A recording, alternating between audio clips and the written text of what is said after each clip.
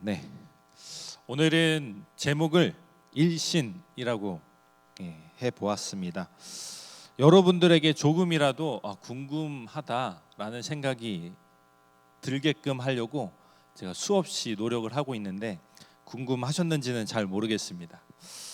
오늘 나온 이 일신이라는 이야기는요, 사서 삼경이라는 말을 혹시 들어보셨나요? 이 사서 중에 하나인 대학에 이런 글귀가 있습니다. 진실로 하루를 새롭게 할 수 있으면 나날이 새롭게 하고 또 날로 새롭게 하라. 구일신, 일일신, 우일신이라는 이 글귀가 이제 있습니다. 이 글귀는 사실 중국 은왕조의 시조인 탕황 때로부터 이어졌다라고 얘기를 합니다. 이 탕황이 목욕을 하려고 합니다. 목욕을 하려면 뭐가 있어야 되죠? 물이 있어야겠죠. 물과 대야가 있어야겠죠. 그 대야에 이 글귀가 써 있다고 합니다. 써 있었다고 합니다. 그래서 날마다 씻을 때마다 나를 새롭게 하자, 나를 새롭게 하자 라는 마음을 다짐했다고 합니다. 그래서 이 탕황은 모든 백성들이 날마다 새로운 인생을 살았으면 좋겠다, 그런 다짐을 하는 인생들이 되었으면 좋겠다라는 생각을 가지고 있었습니다. 그래서 자기부터 나부터 새로워져야겠다라는 생각을 했던 것입니다. 우리도 유교에서도 날마다 새롭게 해야 된다라고 얘기를 하는데, 그리스도인 우리들도 마찬가지로 매일매일 새로워져야만 합니다. 그렇지 아니하면 우리의 옛사람이 다시 등장하게 됩니다. 세상 속에서 유혹에 쉽게 넘어지는 존재가 되기 때문에 우린 매일매일 새로워져야만 합니다. 노아가 살았던 그 당시에는 수많은 사람들이 이 유혹 속에서 넘어진 인생들이 많았습니다. 노아의 이름의 뜻이 무엇인지 아십니까? 성경을 자주 본 사람이 있다면, 읽겠다 시작한 분들이 있다면 쉽게 알 수 있을 겁니다. 안위, 평안을 의미합니다. 그 당시의 삶이 얼마나 힘들었으면 그의 아버지가 라멕이 아들의 이름을 평안이다, 안식이다, 안위다라고 지었을까요? 라멕이라는 사람은요, 적어도 하나님에 대한 신앙이 있는 사람임이 분명합니다. 왜 그럴까요? 하나님이 이 어려운 세상 가운데에서 안식을 분명히 우리에게 줄 거야, 우리 아들을 통해 하나님이 주실 거야 라는 믿음의 고백이었기 때문입니다. 그런 라멕이 그 염원이 실제로 이루어졌습니다. 노아를 통해서 저주받은 땅이 회복된, 축복받는 땅이 되었기 때문입니다. 근데 하나님께서는 이 노아를 통해 이 땅 가운데 위로의 메시지를 허락해 주셨습니다. 그는 의인으로서 이 모든 피조물을 구원하는 자가 되었습니다. 방주라는 것에 태어서 말입니다. 그러나 라멕, 그의 아버지 라멕의 마음대로 쉽게 되지는 않았을 것으로 여겨집니다. 왜 그럴까요? 라멕은 노아 외에도, 창세기 5장을 보시면 노아 외에도 많은 아들들을 낳았다, 자녀들을 낳았는데 그 자녀들의 이름이 노아의 방주에 탄 자들의 명단에 속하여 있지 않습니다. 그 말은 무엇입니까? 이 아들들은 그냥 세상에 동화되어서 살았다는 것을 의미하겠죠. 왜 그들은 그런 선택을 했을까요? 자신들이 보기엔 욕망을 따라 살아가는 이 인생이 더 안락해 보였기 때문일 것입니다. 우리들의 삶의 공간은 어떨지 한번 생각해 봤으면 좋겠습니다. 우리는 각자의 삶 속에서 안식을 찾습니다. 편안하기 위해서 노력을 합니다. 그런데 우리가 그런 결정을 할 때마다 하나님 편에 서 있기보다는 세상의 편에 서 있을 때가 많습니다. 그런 우리의 인생입니다. 그러면 그러한 인생이 과연 우리를 평안으로 인도할 수 있을까요? 정말 행복할 수 있을까요? 전도서는 이야기를 합니다. 인간의 뜻을 따라 가봤자 얻게 되는 것은 큰 허무함이다 라고 얘기를 합니다. 그 허무함의 끝을 맛본 사람이 바로 솔로몬이었습니다. 이 전도서를 쓴 사람이죠. 솔로몬은 모든 부귀와 영화를 누린 그런 사람이었습니다. 솔직히 말해서 모든 것을 다 얻었으면 평안해야 되지 않겠습니까? 우리의 생각에 말입니다.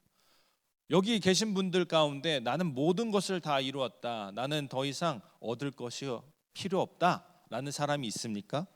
그런 분들은 없을 줄로 압니다.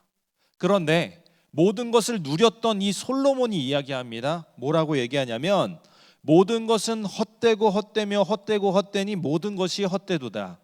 라임이 죽이죠. 장난 아니죠. 솔로몬은 이렇게 헛됨을 이야기하고 있습니다. 모든 욕망을 채웠으면 만족해야 하는데 왜 이 사람은 헛되다라고 얘기를 했을까요? 한번 곰곰이 한번 생각을 해봅시다.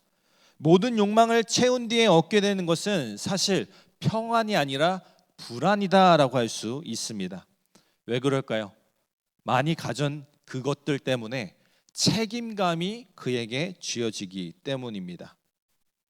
많은 것들을 가진 사람들, 수많은 책임들 때문에 이 번아웃이 빠지기 쉽습니다. 그렇게 된 사람은 나중에 이런 고백을 하게 될 것입니다. 끝내 이렇게 애쓰고 노력한 것들이 다 헛되다, 허무하다라고 말입니다. 솔로몬처럼 말입니다. 전도서는 모든 수고와 즐거움, 노력들이 다 헛되다라고 이야기를 하는데 정말 솔로몬이 이야기하고자 했던 것이 너희 지금 하고 있는 거 다 쓸데없어, 다 헛된 거야, 이 의도로 이 전도서를 썼을까요?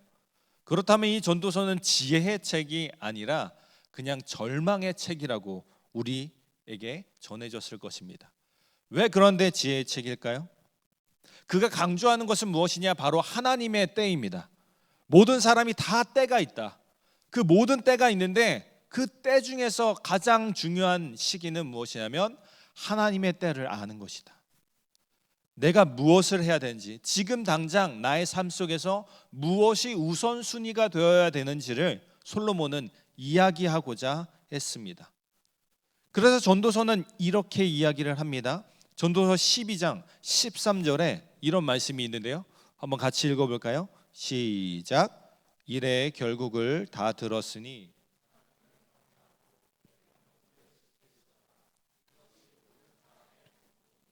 아멘. 결국 모든 인간이 채우려고 하는 그 욕망대로 살다가는 허무함에 빠질 수밖에 없다. 그래서 가장 중요한 것이 무엇이냐? 하나님의 경외하고 그의 명령들을 지키는 것이 우리 시기에 가장 중요한 것이다 라고 이야기하고 있는 것입니다. 결국에 욕망대로 살아가는 사람들은요, 하나님의 심판대 앞에 서 있을 수밖에 없습니다. 누누이 제가 얘기했지만 세상은 서로 약육강식의 시대입니다. 내가 좀만 아프고 내가 좀만 뒤떨어지면, 동물의 왕국이 그렇지 않습니까? 무언가 다친 수많은 물소들이 있는데 그 물소들 중에 사자는 누구를 향해서 달려갈까요? 어린아이, 어린 가축들을 향해 달려가죠. 그리고 몸집이 크다 하더라도 다친 짐승을 향해 달려갈 것입니다.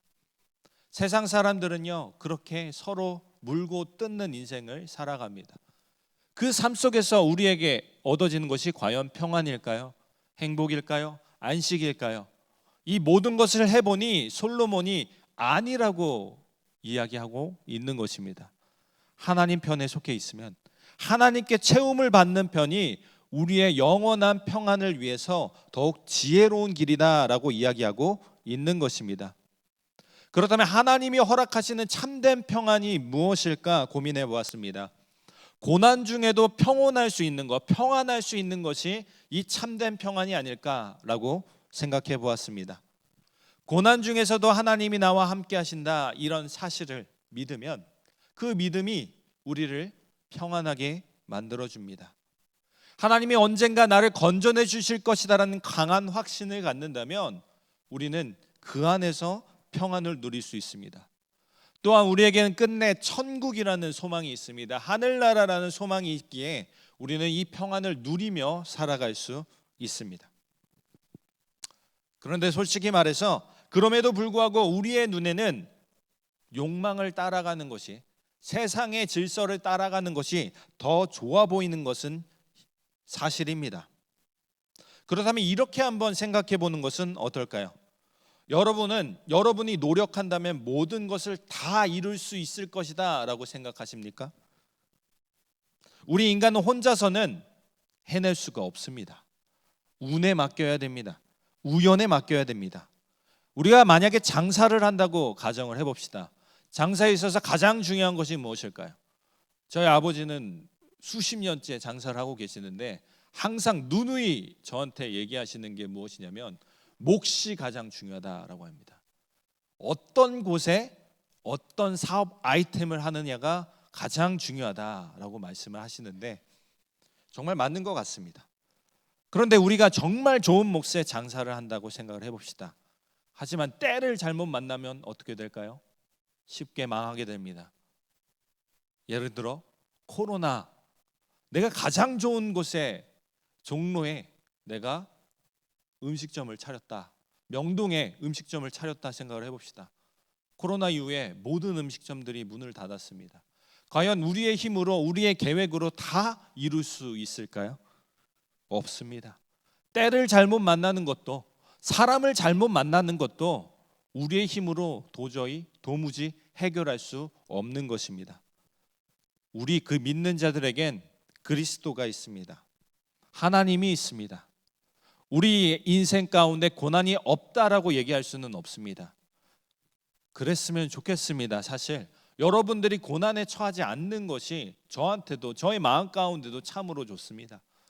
여러분들 셀 리더들한테 조금 많이 협조 좀 부탁드립니다. 제가 셀 리더들한테 계속 이제 강요를 하고 있거든요. 셀 보고서 내놔라, 셀 보고서 내놔라. 왜 그럴까요? 제가 여러분들의 인생을 다 이렇게 일일이 살펴보면 좋겠지만 솔직히 시간도 없잖아요. 제가 따로 전화해가지고 우리 만납시다 하면 또 불편하기도 할 거 아니에요? 근데 그렇게 하긴 할 건데 아무튼 간에 셀리더들한테 잘 좀 해주시기 바랍니다. 기도 제목도 있으면, 좀 힘든 일이 있으면, 기도 제목이 있으면 좀 말해주시기 바랍니다. 셀리더들도 공란으로 저한테 넘기기가 좀 민망한 것 같더라고요. 저는 괜찮다고 하는데 정말 다들 열심히 있어서 그러니까 셀리더들한테 조금 좀 힘을 주시기 바랍니다. 아무튼 간에 그런 고난들이 없다라고 할 수가 없습니다. 그러나 그 고난 옆에서 하나님이 우리와 함께 계신다는 그 사실이 우리를 평온하게 만듭니다. 눈에 보이지는 않는 하나님 못 믿으시겠다고요?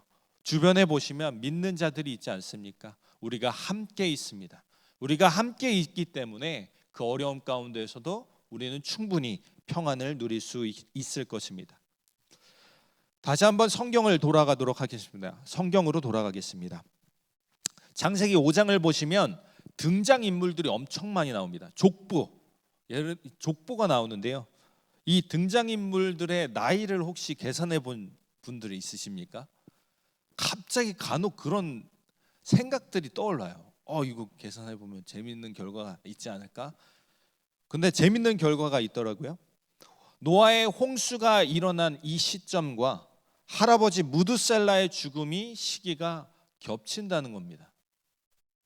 그러면 저는 이 무드셀라에 대한 인물에 대해서 두 가지 생각을 해보았습니다. 성경이 과연 왜 이렇게 우연찮게 그런 일을 만들어줬을까? 이 무드셀라의 이름은요, 창을 든 사람이라는 뜻입니다. 이 창을 든 자, 그리고 의역해서는 대확장이라고 하는데 이 두 가지를 제 나름대로 엮어보니까 전쟁광이다라고 볼 수 있지 않을까 생각을 합니다. 그래서 노아와는 상반된 인물로서 욕망에 사로잡힌 사람, 그래서 노아의 방주에 못 오르지 않았을까라고 가정을 해보았습니다. 그런데 이 가정은 저의 망상일 뿐입니다. 그래서 조금만 더 개연성 있는 설명이 없을까 찾아보니 고대 근동에는 이런 이야기가 있다고 합니다. 고대에는 각 동네마다 창을 든 자가 있다고 합니다. 정신이 나가서 창을 들고 막 뛰어다니는 게 아니라 이 마을을 지키는 자라는 뜻입니다. 이 창을 든 자가 죽으면 이 마을은 어떻게 될까요? 위기가 찾아오겠죠. 그래서 사람들은 창을 든 자가 죽으면 이 세상이 망한다라는 생각을 갖고 있었습니다. 그런데요, 이 무드셀라의 아버지가 또 누군지 아십니까?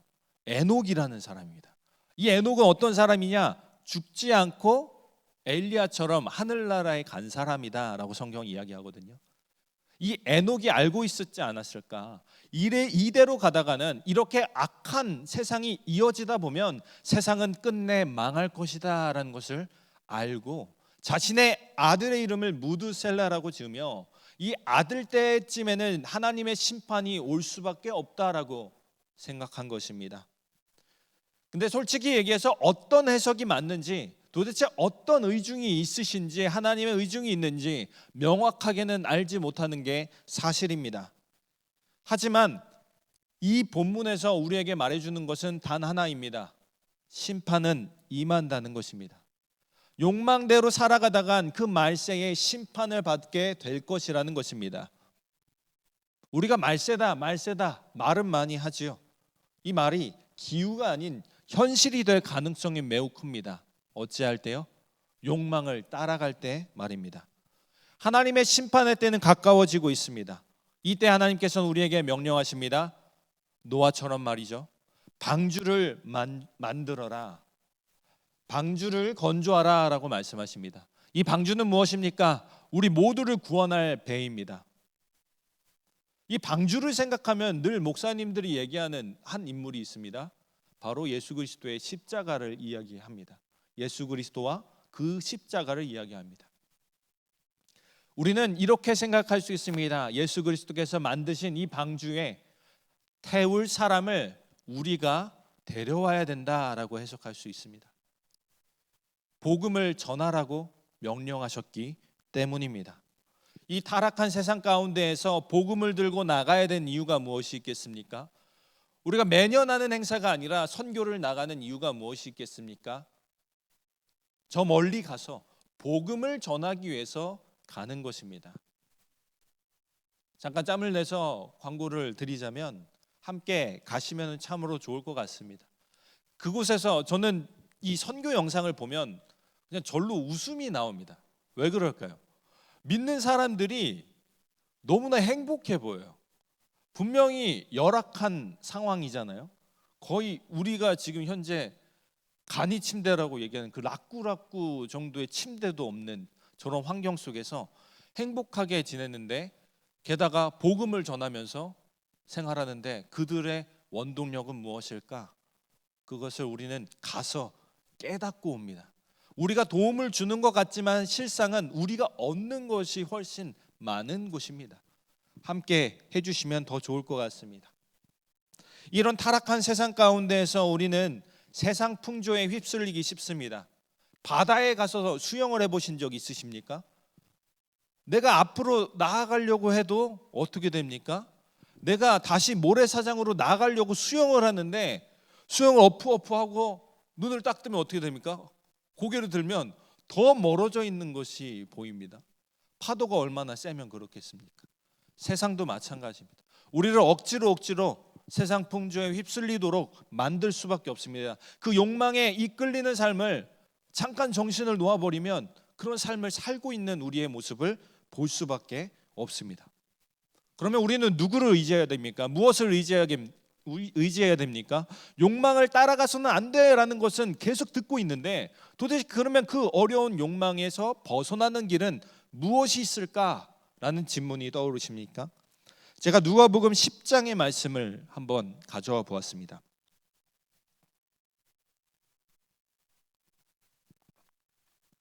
누가복음 10장 3절에는요 70인 제자들을 파송하는 예수님의 대사가 있는데요, 예수님께서 이렇게 말씀하십니다. 갈지어다 내가 너희를 보냄이 어린 양을 이리 가운데로 보냄과 같도다. 뭔가 하나님의 능력을 얻고 복음으로 이 세상에 나아갈 때 뭔가 얻은 사람이 되어야 될 것 같잖아요. 능력이 있어야 되는 사람 같잖아요. 그런데 예수님도 인정하는 거예요. 너희의 모양이 사실 이리 가운데 놓여져 있는 그 양과 같은 상황이다. 예수님도 걱정하신 거예요. 우리에게 복음을 전해라 라고 말씀은 하셨지만 늘 걱정하고 계셨습니다.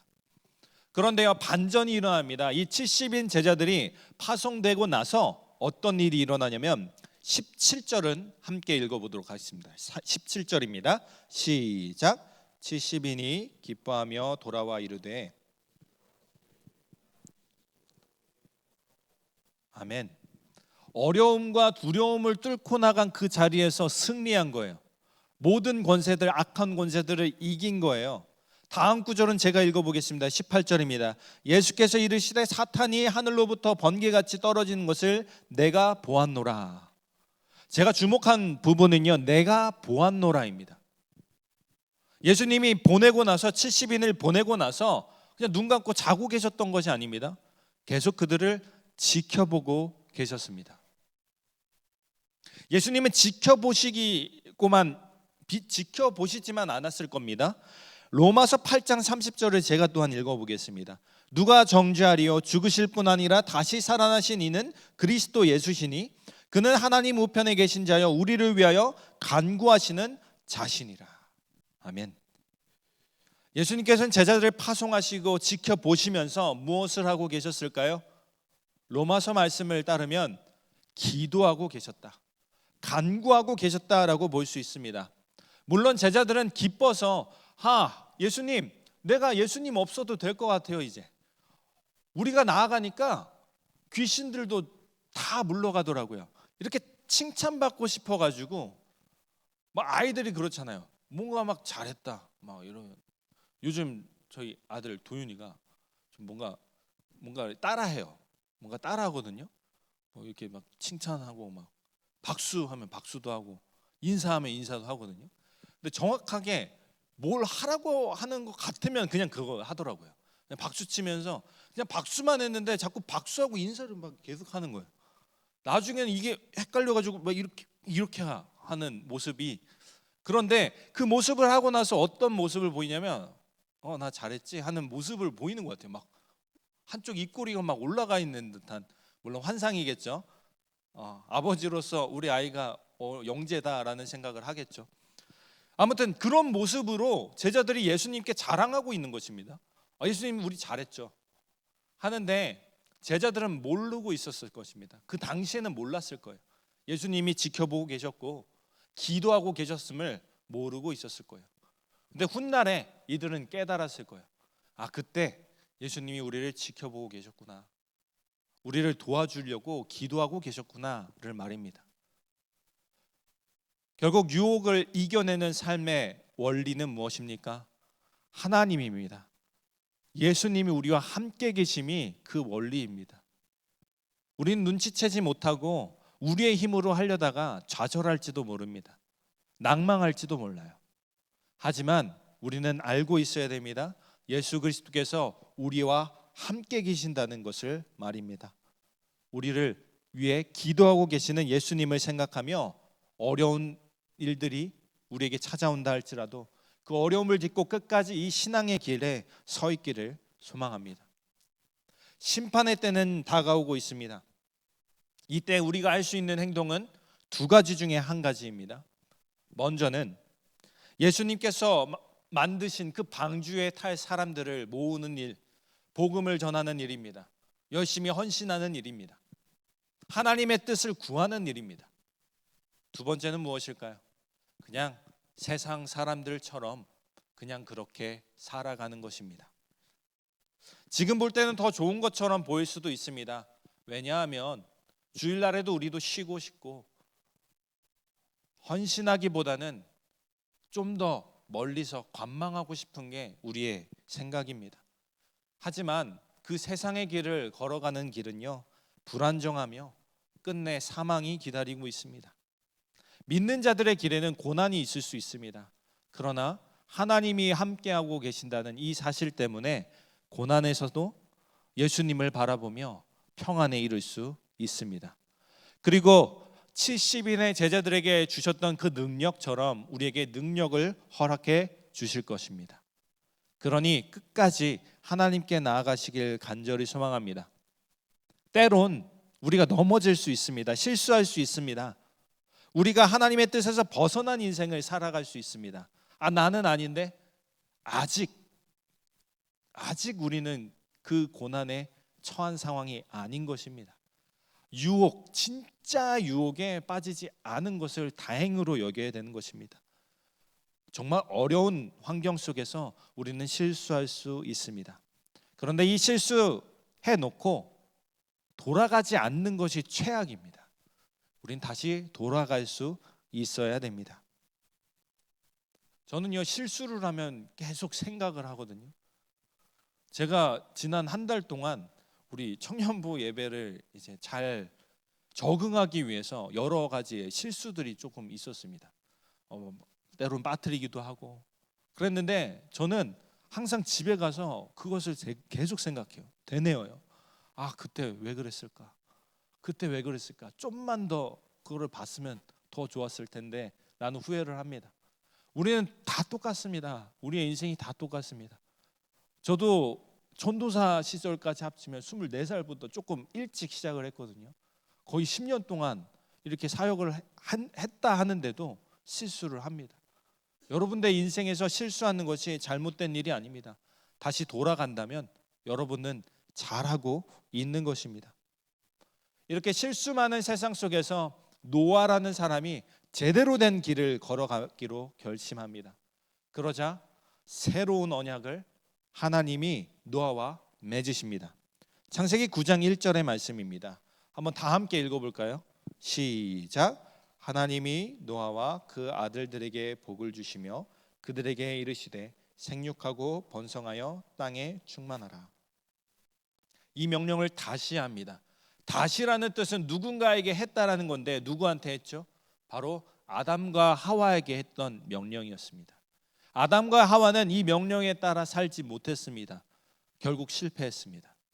그런데 하나님이 다시 한 번 더 노아에게 이 명령을 주시는 거죠. 하나님이 사명을 우리에게 주시는 게 왜 복입니까? 라는 생각을 할 수 있습니다. 하나님의 기준에서 한번 생각해 보죠. 인간은 한 번 실패를 했습니다. 그래, 너희 실패하는 것들 다 필요 없어, 내가 할 거야 라는 생각을 할 수 있지 않겠습니까? 충분히 그런 생각을 할 수 있지 않겠습니까? 그런데 하나님은 다시 한 번 더 기회를 주십니다. 너희들이 잘 다스렸으면 좋겠어 라고 하시면서 한 가지 영원한 약속을 하시는데, 그것이 무엇입니까? 내가 다시는 모든 생물을 멸하지 않으리라 라고 약속을 합니다. 그러니 너희 두려워하지 말고 계속해서 이 세상 가운데에서 욕망을 이겨낸 삶을 살았으면 좋겠어 라고 하나님이 우리를 부르시고 계신 것입니다. 하나님이 우리와 함께 계시기 때문에 우리는 안식을 누릴 수 있습니다. 노아가 얻었던 참 안식, 우리도 얻을 수 있습니다.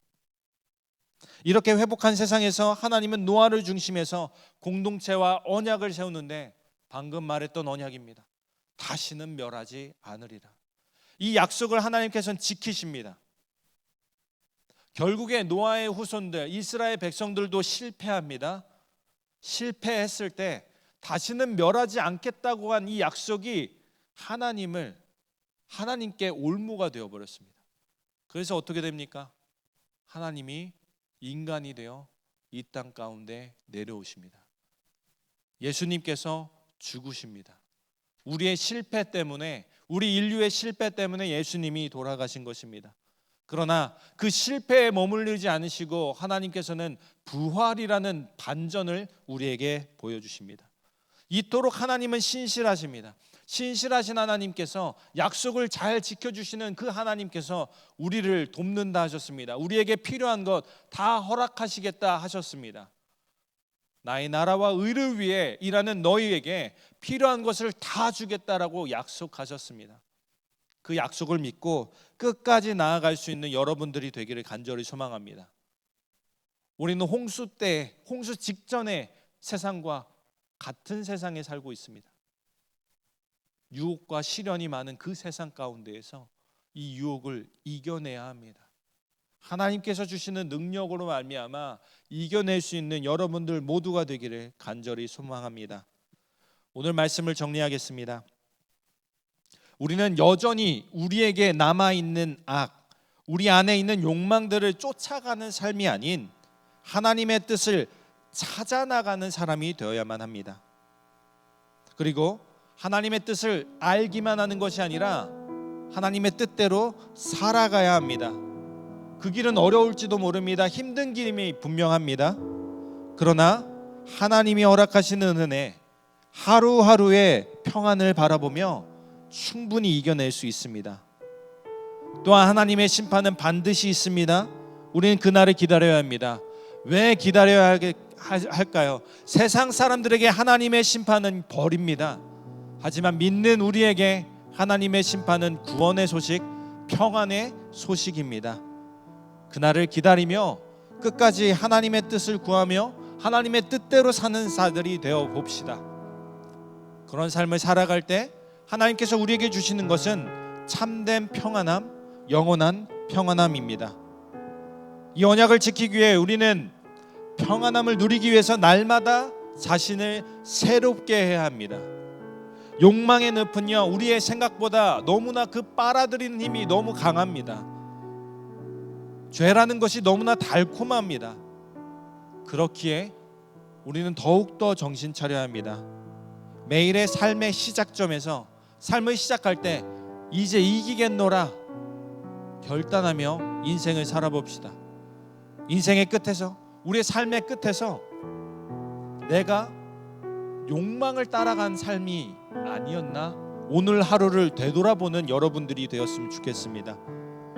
매일매일 새로운 삶을 살기로 결단하는 여러분들의 삶이 하나님의 뜻과 합한 그런 인생들이 되었으면 좋겠습니다. 하나님의 심판이 더디 온다고 그날이 오지 않는다 생각할 수 있습니다. 하지만 우리가 넋놓고 있다가는 기름을 여유롭게 준비하지 않으면 그날이 이를 때에 우린 분명 후회할 것입니다. 좀 더 잘 살아볼 걸, 좀 더 잘해볼 걸 라고 말입니다. 그렇습니다. 우리는 때론 넘어질 수 있습니다. 하지만 그렇다고 포기하지 마시기 바랍니다. 돌아오는 것이 중요합니다. 날마다 나의 삶을 돌아보며 날마다 새로운 인생을 살아내시길 바랍니다. 여러분들이 정말 해결할 수 없는 고난 중에 계시다면 사실 오늘 말씀이 괴로울 수도 있습니다. 나의 삶은 정말 힘든데 도대체 평안함, 하나님이 함께한다는 것이 왜 나에게 평안인가? 라는 생각이 들지도 모르겠습니다. 하지만 그 어려움 끝에서 우리는 깨닫게 될 것입니다. 아, 하나님이 나와 함께하고 계셨구나 라는 것을 말입니다. 그분 안에 속해 있읍시다. 물론 우리의 삶이 어렵고 힘들 수 있습니다. 그 힘든 가운데에서 하나님을 바라봅시다. 하나님이 잡히지 않는 것 같아서, 눈에 보이지 않아서, 하나님의 도움이 보이지 않는 것 같아서 놓아버리고 싶다라고 할 때 우리 주변 형제들, 자매들을 의지하시기 바랍니다. 함께 기도하며 나아가시길 바랍니다. 그리할 때 우리는 하나님이 허락하시는 그 그늘 아래 있을 것이고 그 평안함을 누릴 수 있는 인생들이 될 것입니다. 우리 이런 마음을 생각하며 찬양 하나를 했으면 좋겠습니다.